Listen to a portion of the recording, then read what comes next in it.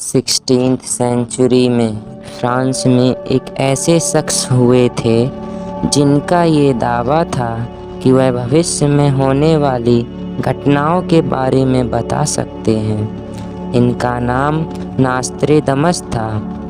1555 में the prophecies नाम से एक बुक पब्लिश हुई थी जिसमें इनकी 942 भविष्यवाणियाँ थीं। इस वीडियो में मैं आपको नास्त्रेदमस के बारे में 6 ऐसी बातें बताऊंगा जो शायद ही आप जानते होंगे। नंबर 1, नास्त्रेदमस ने अपनी बुक द प्रोफेसीज के प्रीफेस में लिखा है कि उनकी भविष्यवाणियाँ आज से लेकर 3797 साल तक हैं। यहाँ गौर करने लायक बात यह है कि नास्त्रेदमस ने अपनी भविष्यवाणियों को साल 3797 तक ही क्यों लिखा? नास्त्रेदमस की भविष्यवाणियों पर विश्वास रखने वाले ये कहते हैं कि ये जो स्पेसिफिक ईयर नास्त्रेदमस ने मेंशन किया है, इससे उनका इशारा दुनिया के अंत तक है। यानी हो सकता है कि नास्त्रेदमस ने ये दुनिया के अंत की तारीख लिखी हो। लेकिन एक और दिलचस्प बात सामने आती है। नास्त्रेदमस ने जो अपनी बुक लिखी थी उससे ठीक 5 साल पहले फ्रेंच भाषा में ही भविष्यवाणियों के बारे में एक और बुक पब्लिश हुई थी।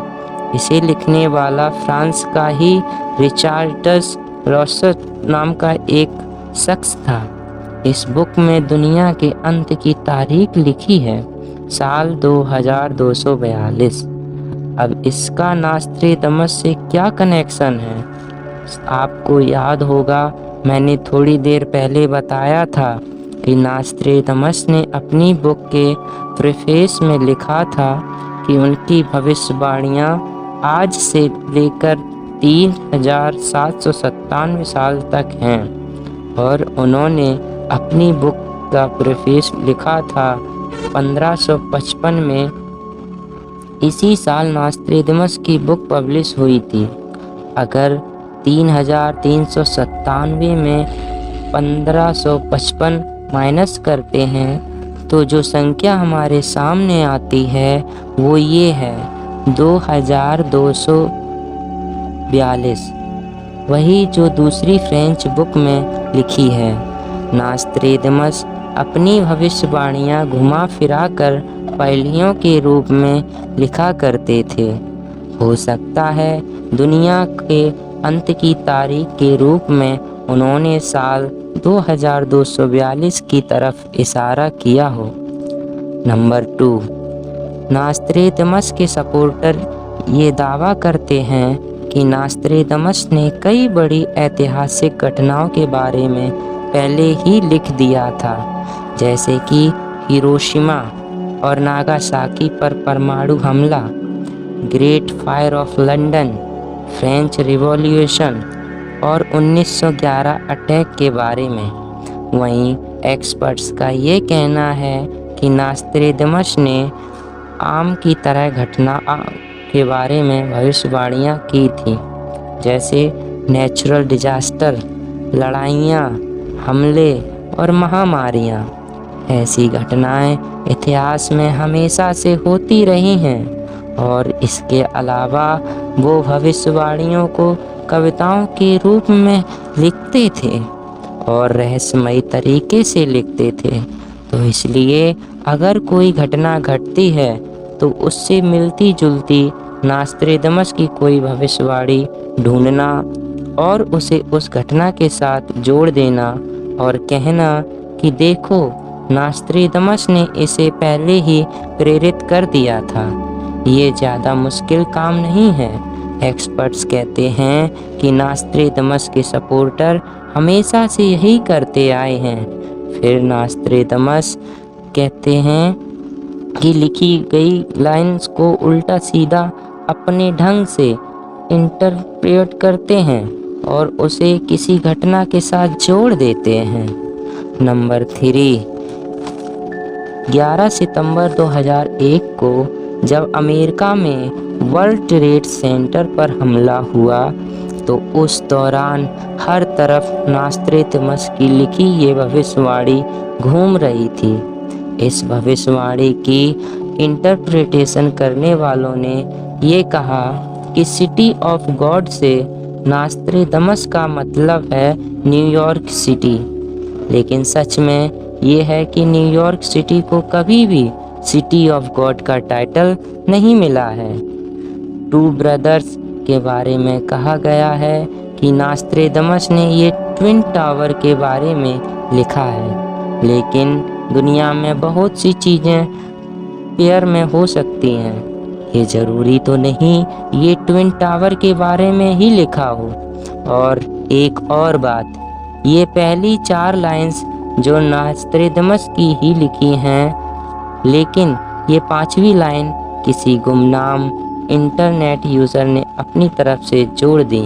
शायद उसे इस बात का पता ही नहीं था कि नास्त्रेदमस अपनी भविष्यवाणियाँ 4 लाइनों की कविता के रूप में लिखा करते थे, जिसे क्वार्टेन चौपाई कहते हैं।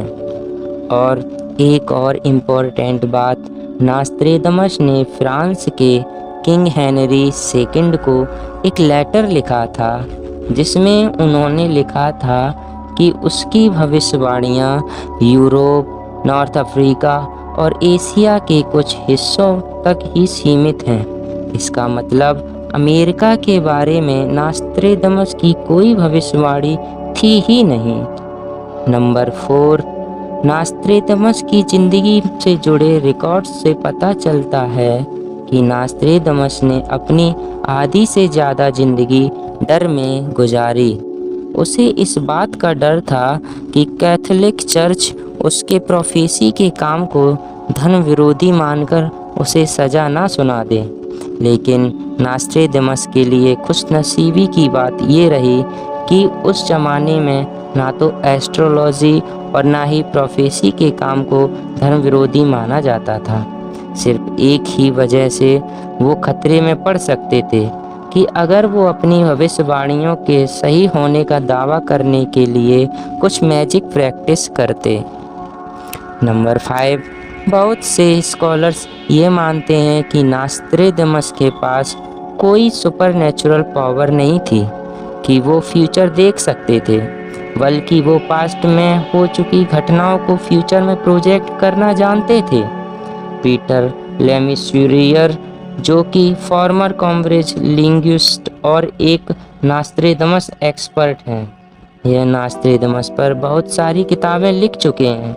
यह कहते हैं कि नास्त्रेदमस कोई भविष्यवक्ता नहीं थे, वो सिर्फ ये विश्वास रखते थे कि हिस्ट्री खुद को दोहराती है, और वो अपनी भविष्यवाणियों को लिखने के लिए एक बहुत प्राचीन टेक्निक का यूज़ करते थे, जिसे बिब्लियोमेंसी कहा जाता है। इसमें क्या होता है कि नास्त्रेदमस हिस्ट्री की कोई बुक उठाते और अपनी आंखें बंद करके रैंडमली उस किताब के पन्नों को पलट देते, और तब उनके सामने जो लिखा होता उसके अकॉर्डिंग वो अपनी एस्ट्रोलॉजिकल कैलकुलेशन का इस्तेमाल करके भविष्य का अंदाज़ा लगाते थे। नंबर 6, नास्त्रेदमस की ज़िंदगी से जुड़े कुछ अकाउंट्स ये कहते हैं कि 1 जुलाई 1566 की शाम को नास्त्रेदमस ने अपने सेक्रेटरी को ये कहा था कि तुम कल सूर्योदय के वक्त मुझे जिंदा नहीं पाओगे। 2 जुलाई की सुबह को नास्त्रेदमस अपने कमरे में मृत पाए गए थे। गाइस, आपको क्या लगता है नास्त्रेदमस की भविष्यवाणियों में कितना सच है? कमेंट करके बताइएगा। जाते जाते वीडियो को लाइक शेयर ज़रूर करना। ऐसी इन्फॉर्मेशन से जुड़ी वीडियो को देखने के लिए चैनल को सब्सक्राइब करके घंटी को दबा देना। इससे मेरी नई वीडियो आपको नोटिफिकेशन पहले मिलेगा। जय हिंद।